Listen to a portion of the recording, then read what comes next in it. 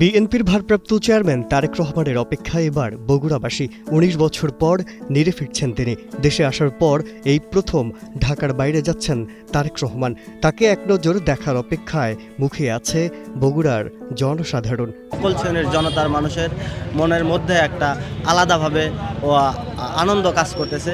তাকে ঘিরেই তাকে এক নজর দেখার জন্য বগুড়ার মানুষ অধীর আগ্রহে অপেক্ষা করছে। ওনাকে এক নজর দেখার জন্য সেই যখন আমরা ছোট ছিলাম তখন শুধুমাত্র দেখেছিলাম। আজকে দীর্ঘ বছর পরে যখন এখন বড় হয়েছি ওনাকে আবার দেখতে পাবো সরাসরি সামনাসামনি। ১১ জানুয়ারি তারেক রহমান বগুড়ায় পৌঁছাবেন। পরদিন বগুড়া শহরের আলফাতুন্নেসা খেলার মাঠে সাবেক প্রধানমন্ত্রী বেগম খালেদা জিয়ার আত্মার মাগফিরাত কামনায় আয়োজিত গণদোয়ায় অংশ নেওয়ার কথা রয়েছে।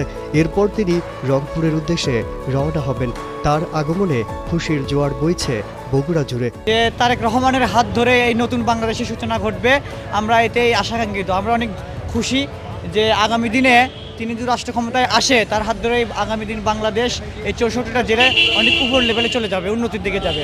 যখন ২০০১ থেকে ৬ সাল পর্যন্ত বগুড়ার যে উন্নয়নটা করে দিয়ে গেছে, এটা বগুড়ার হয়তো বা কোনো এমপি বা কেউ আপাতত গত ২০ বছরে ১৫-২০ বছর কেউ ওটা করে দিতে পারেনি। ওনার উন্নয়ন দিয়ে এখনও বগুড়া রানিং চলতেছে। সেই আমলে এখন এতটাই উন্নয়ন করে দিয়ে গেছে যে ওই উন্নয়ন দিয়ে এখন অন্যান্য জেলাকে আমরা গত ২০ বছর আগের উন্নয়ন দিয়ে এখন আমরা টেক্কাচ্ছি।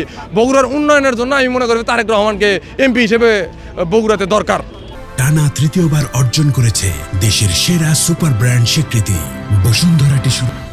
১২ জানুয়ারি সকালে গণদোয়া শেষে তারেক রহমান শহরের সাতমাথা, তিনমাথা ও মাটিডালি হয়ে মহাস্থানে হজরত শাহ সুলতান বলখি মাহি সাওয়ারের মাজারে যাবেন।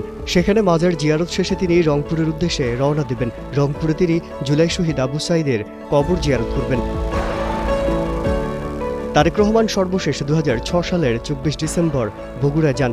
দীর্ঘ ১৯ বছর ১৮ দিন পর আগামী ১১ জানুয়ারি তিনি আবার বগুড়ার মাটিতে পা রাখবেন। জাতীয় সংসদ নির্বাচনে বিএনপির ভারপ্রাপ্ত চেয়ারম্যান তারেক রহমান বগুড়া ৬ আসন থেকে প্রতিদ্বন্দ্বিতা করছেন। তার আগমনকে ঘিরে নেতাকর্মী ও সমর্থকদের মাঝে ব্যাপক উৎসাহ ও উদ্দীপনা দেখা দিয়েছে। মাজহারুল আলম, কালের কণ্ঠ।